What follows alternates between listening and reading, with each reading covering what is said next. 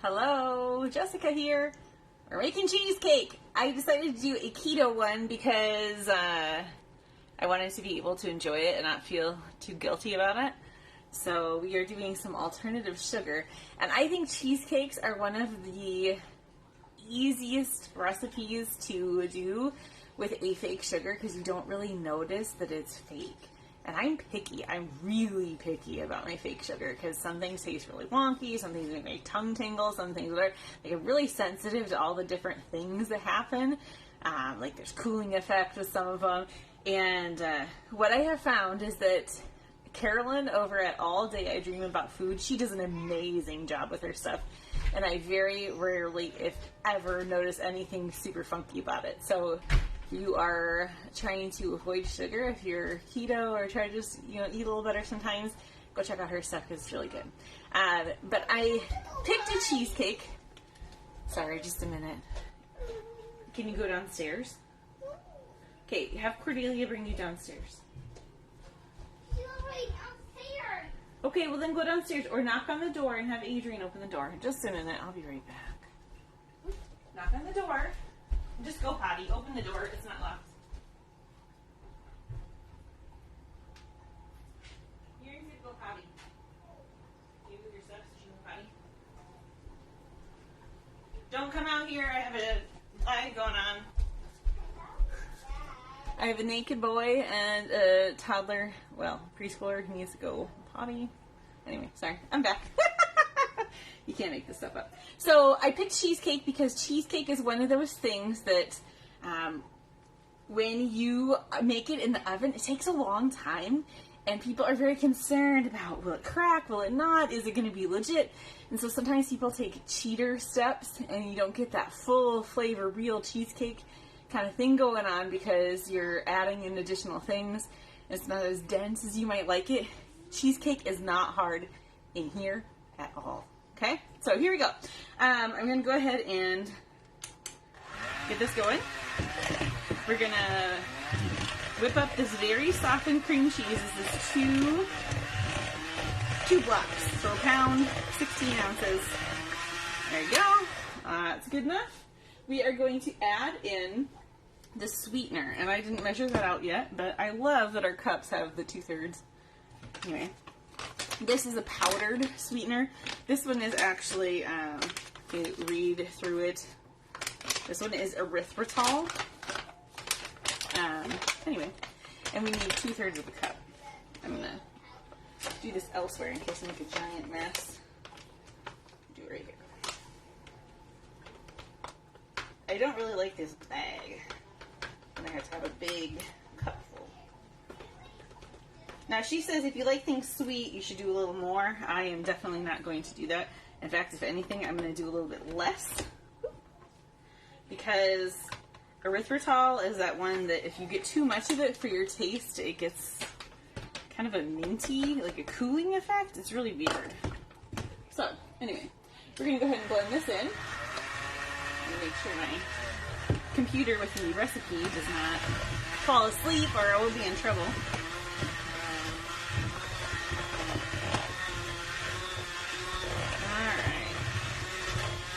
Once this is nice and mixed in, everything's very smooth and fluffy. If you really want a fluffy cheesecake, whip it for a while and get some air in there. Mine is so incredibly soft, this cream cheese, that I'm just going to kind of wing it because, as you can tell, everybody's trying to have showers and whatnot, and we're failing miserably over here. Alright, next we're going to go ahead and do our lemon stuff. This looks a little cloudy after I added in the extract. So what I have is the juice from one lemon, the zest of half of a lemon in here, and then a teaspoon of lemon extract. So I think I got all the things, making it nice and lemony. I want to make sure I got all my zest in there. Alright.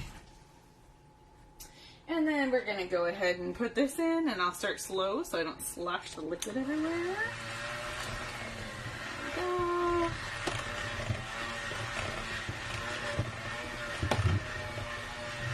It smells like a big lemon in my house, and I love it. I'm a lemon lover.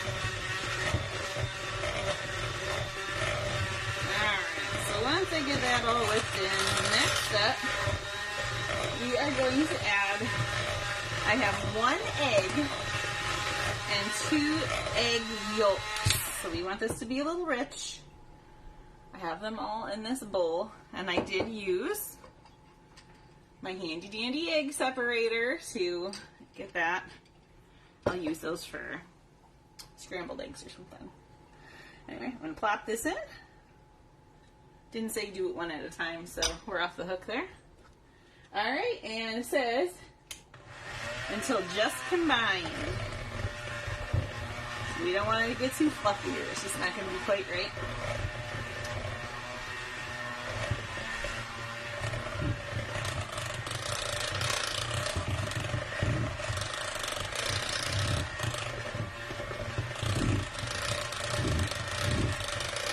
If you haven't seen the Flex Plus, I'm loving that I don't need to have this plugged in. And I can do it right here with you guys. Alright, I think I have it pretty well mixed in now. And I have one more addition, if I remember right. Looking over my shoulder here. Yes. 2 tablespoons of heavy whipping cream. And we're just going to whip that in a little bit too. Again, don't over whip it, just get it mixed in. And that'll give it a little more smoothness, a little nice mouth feel. There we go. Alright. This is our cheesecake. It is looking pretty fantastic, I think. Alright, I'm gonna cheat. So the thing about fake sugar too, what you taste in the batter is not actually what you taste after it cooks. So keep that in mind. Usually it's a little less sweet, and then after you bake it, it gets sweeter. So right now it's pretty tart, but I think once it cooks, it'll be just fine. Okay. What I have here is, this is the springform pan, and I have the little wire cradle that I had with the oh gosh, my brain's not working. The ceramic pot, there we go, that's the one. In the bottom here, I buttered the whole thing, and then it's a mixture of almond flour, the other half of the lemon zest, some butter, and then a little more of that sweetener too, and mix it up, press it into the bottom. So I'm going to go ahead and just add this on here.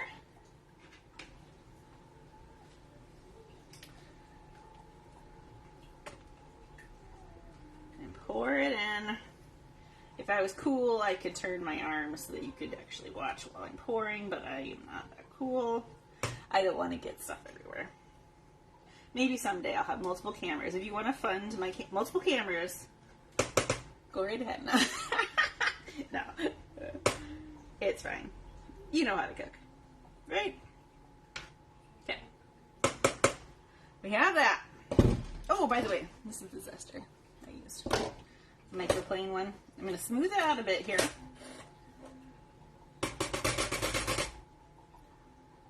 And then do a little bit of a tap. Sorry, it's a little noisy. It smooths it out a bit more. You don't have a weird bump. Okay.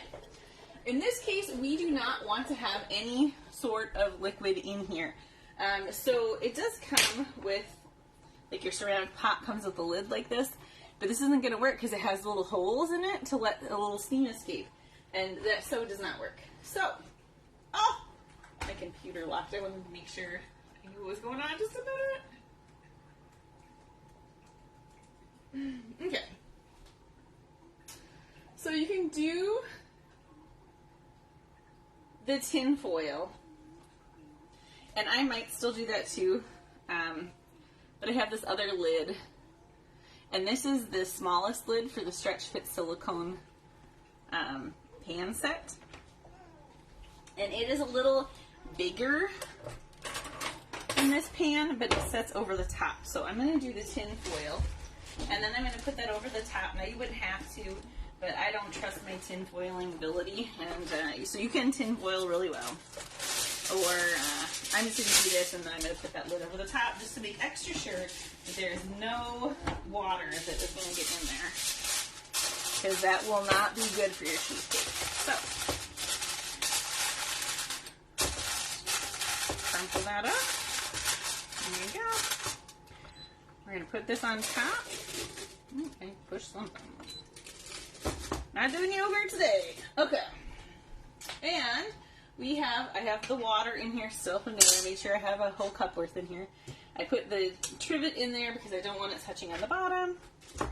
I have this is going to go into the nest. Now, if you don't have a nesty thing, you can totally just lower it down on top of your trivet and do what you need to do. But I love having the extra handles so they don't mess anything up. And that just sits on top. Okay. Then we are going to do the manual custom mode. And we are going to do it for 35 minutes on high. So custom 30, we want to go to 35. And start it. Okay. With this one, we do not want to let it violently open. Okay, we are going to let it fully natural release. So no opening it after 10 minutes or 15 minutes. Let it come down to pressure all by itself. So this is going to take probably a good hour for it to cook. Now, if you are doing a cheesecake in your oven, it usually takes about an hour and a half, depending on your recipe and how legit your cheesecake is. An hour and a half to 2 hours. And you do have a little bigger cheesecake that you end up with, but you have to worry about the cracking. A lot of the recipes will call for you to have a water bath in your oven too to prevent that. This takes all that guesswork out of it. It does it for you. So you don't have to babysit it. You don't have to yell at your kids for not jumping around. Like, don't jump around, you're going to make it fall. It happens in my house, okay? You can take all that out of the equation and just do your pressure cooker. And it's really easy. When I go to serve it, I'm going to whip up some lemon whipped cream to put on top. Just use my little whipped cream maker and add a little sweetener and a little bit of lemon zest. I have another lemon in case whatever. I always have a lemon just for fun. And it'll be ready to go. But you'll want to have it cool in here. And you'll let it cool completely. And then you're going to put it into the fridge. So it does take a little while. I stay up late, so it'll be fine. Andrew gets home at usually about 12:30 because his work isn't done until midnight. So I will post the recipe. I'll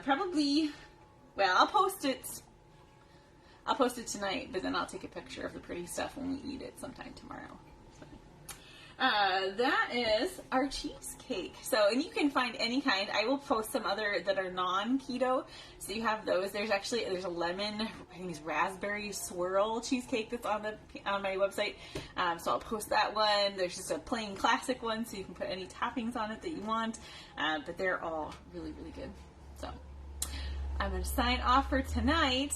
And I will do a post in a bit with all of the tools. If I miss a tool, holler at me, as I can share the link with you too.